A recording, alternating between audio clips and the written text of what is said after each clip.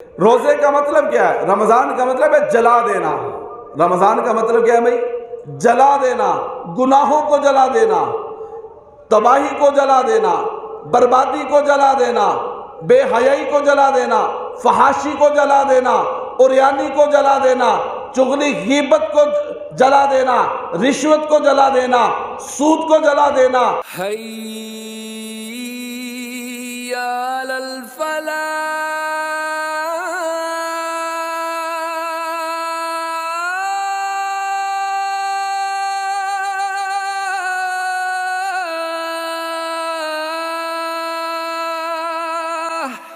الصوم لي وأنا أجزى به أو كما قال عليه الصلاة والسلام۔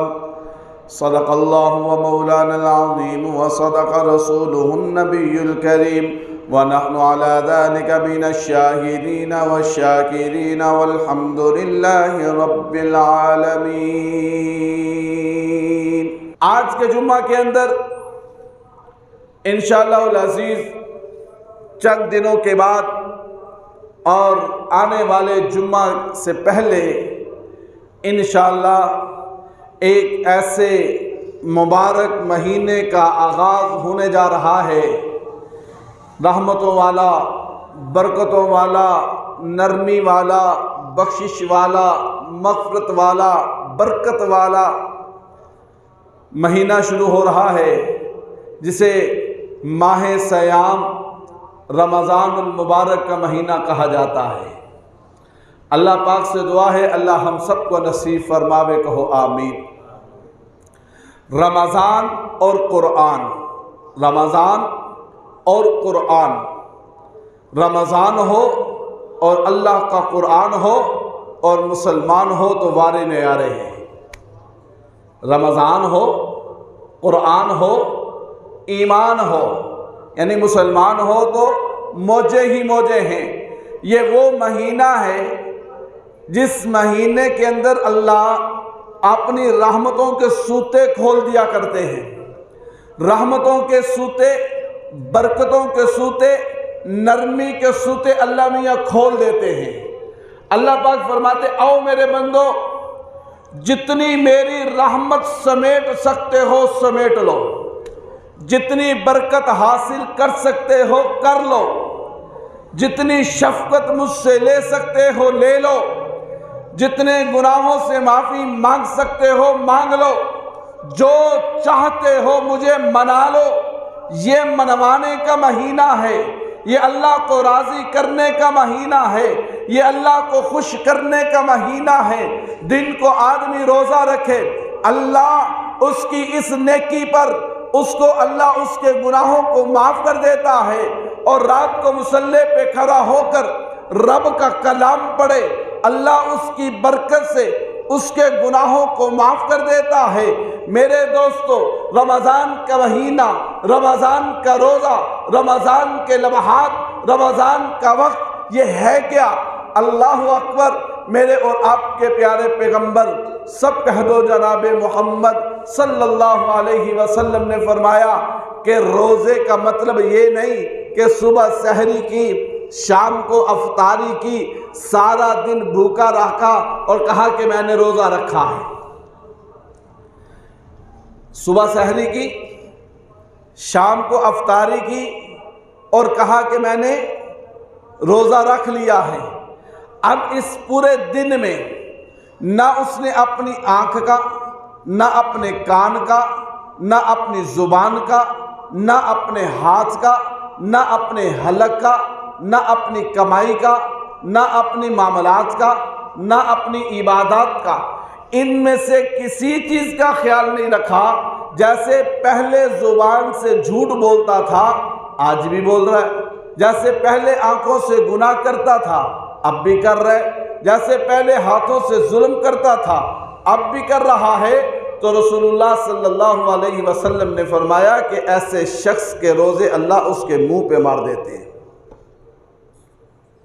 اللہ ایسے شخص کے روزے اس کے منہ پہ مار دیتے ہیں۔ روزے کا مطلب کیا ہے؟ رمضان کا مطلب ہے جلا دینا۔ رمضان کا مطلب کیا ہے بھائی؟ جلا دینا، گناہوں کو جلا دینا، تباہی کو جلا دینا، بربادی کو جلا دینا، بے حیائی کو جلا دینا، فحاشی کو جلا دینا، عریانی کو جلا دینا، چغلی غیبت کو جلا دینا، رشوت کو جلا دینا، سود کو جلا دینا، گویا پورا جسم اس کا اللہ کے سامنے حالت روزے میں ہونا چاہیے۔ اس کی آنکھیں بھی روزے کی حالت میں ہوں، اس کے کان بھی روزے کی حالت میں ہو، اس کی زبان بھی روزے کی حالت میں ہو، اس کے ہاتھ بھی روزے کی حالت میں ہو، اس کے ہاتھوں کو کوئی دیکھے اور کہے اس نے روزہ رکھا ہوا ہے، اس نے روزہ رکھا ہوا ہے، اس کی دکانداری کو دیکھے کہے اس نے روزہ رکھا ہوا ہے۔ میرے دوستوں، میرے بزرگوں، یہ مہینے، یہ رمضان کا جو مہینہ ہے، یہ گھڑیاں، یہ ساعتیں، یہ بار بار آدمی کو نصیب نہیں ہوتی۔ میں ایک جگہ میں پڑھ رہا تھا کہ جب رمضان کا مہینہ آتا ہے نا، تو اس مہینے سے پہلے یہ جو دنیا سے لوگ جا چکے ہوتے ہیں نا، ان سے بھی باتیں اللہ میاں کی ہوتی رہتی ہیں۔ ہاں، یہ نہ سمجھنا کہ مٹی ڈال دی بات ختم، ایسا نہیں ہے۔ یہ جو ہمیں چھوڑ کے گئے ہیں نا، ہمارے باپ دادا بزرگ، ہمارے رشتہ دار دوست احباب، ایسا نہیں ہے کہ ہم نے جناب مٹی ڈال دی اور ان کو قبرستان میں چھوڑ دیا، اب وہ الگ ہیں، ہم الگ ہیں، اور ان کا کوئی وجود باقی نہیں ہے۔ قرآن اٹھائیں، قرآن پڑھیں، ان کے ساتھ کیا معاملہ ہوتا ہے۔ فرمایا جب آدمی دنیا سے فوت ہوتا ہے نا، تو جو پہلے جا چکے ہوتے ہیں، اگر ان کا اور اس کا مقام ایک ہو، اس کا اور اس کا، یعنی پہلے جانے والا جنتی ہے مثال کے طور پہ، وہ جنت میں ہے، جو بعد میں اس کا بیٹا، اس کا بھائی، اس کا رشتہ دار فوت ہوتا ہے، اور جب اس کو دفنا کر واپس آ جایا کرتے ہیں، تو اس کی روح ان کی روحوں میں چلی جاتی ہے۔ اب ان کی ملاقات ہوتی ہے۔ ان کی کیا ہوتی ہے بھائی؟ ہاں، ان کی ملاقات ہوتی ہے۔ جس کو تم ابھی دفنا کر آئے ہو، اس کی ملاقات کس سے ہوتی ہے؟ جنہیں تم پہلے دفنا چکے ہو۔ اب اس کی اس سے ملاقات ہوتی ہے، وہ اس سے حال احوال پوچھتا ہے، اور اسے کہتے ہیں بتاؤ فلاں کا کیا حال ہے۔ وہ اس سے اس کے باقی رشتہ داروں کا پوچھتا ہے، یعنی دادا فوت ہوا ہے تو بعد میں اس کا بیٹا اس کے پاس جاتا ہے، تو دادا اپنے بیٹے سے پوچھتا ہے بتاؤ تیری اولاد کا کیا حال ہے، میرے فلاں بھائی کا کیا حال ہے، میرے فلاں رشتہ دار کا کیا حال ہے۔ وہ کہتا ہے ابا وہ تو مجھ سے بھی پہلے فوت ہو چکا تھا۔ وہ کہتا ہے یہاں تو نہیں آیا۔ وہ دیکھتے ہیں اگر یہاں نہیں آیا، پھر کہتے ہیں ہائے افسوس کہ وہ جہنم میں چلا گیا ہے۔ اگر وہ یہاں نہیں، پھر وہ وہاں چلا گیا ہے۔ تو میرے دوستو، یہ ان کا رابطہ ہوتا ہے، ان سے اللہ پوچھتے ہیں۔ جنہیں تم قبر میں دفنا رہے ہوتے ہو، ان پہ جب مٹی ڈالی جا رہی ہوتی ہے تو ہمارے قدموں کی آوازیں اللہ ان کو سناتے ہیں۔ فرمایا جب تم سلیب پہ ڈال کے مٹی شروع کرتے ہو تو منکر نکیر آتے ہیں، اس کو اٹھاتے ہیں، اٹھ میاں بتا کہاں سے آیا ہے، کیا کر کے آیا ہے۔ وہ دیکھ رہا ہوتا ہے، سن رہا ہوتا ہے، ہمارے قدموں کی آوازیں اس کو سنائی دی جا رہی ہوتی ہیں، اور وہ ہمارے قدموں کی آوازیں سن رہا ہوتا ہے۔ تو فرمایا رمضان کا مہینہ آتا ہے تو اللہ ان سے پوچھتا ہے۔ تو یہ مرنے والے اللہ کے نافرمان کہتے ہیں یا اللہ ایک مرتبہ ہمیں دنیا میں بھیج دے، ہم رمضان کا روزہ رکھنا چاہتے ہیں۔ آج ہم زندہ ہیں، ہمیں نماز کی اہمیت کا اندازہ نہیں، ہمیں قرآن کی تلاوت کا اندازہ نہیں، ہمیں رمضان کے مہینے کا اندازہ نہیں، ہمیں تراویح کی نماز کا اندازہ نہیں ہے، ہمیں رمضان کی گھڑیوں کا اندازہ نہیں ہے، ہمیں نماز کا، نماز کی سنتوں کا، نوافل کا، عبادات کا ہمیں اندازہ نہیں ہے۔ اور جب اندازہ ہوگا اس وقت ہمارے پاس وقت نہیں ہوگا۔ جب اندازہ ہوگا اس کی اہمیت کا، اس کی قدردانی کا اور اس کے اجر و ثواب کا، اس وقت ہمارے پاس وقت نہیں ہوگا۔ قالوا لم نک من المصلین، جہنمیوں سے پوچھا جائے گا تمہیں کس چیز نے جہنم میں ڈالا ہے، تمہیں کس چیز نے جہنم میں ڈالا ہے؟ تو وہ کیا کہیں گے؟ ہم نماز نہیں پڑھا کرتے تھے، ہم نماز نہیں پڑھا کرتے تھے۔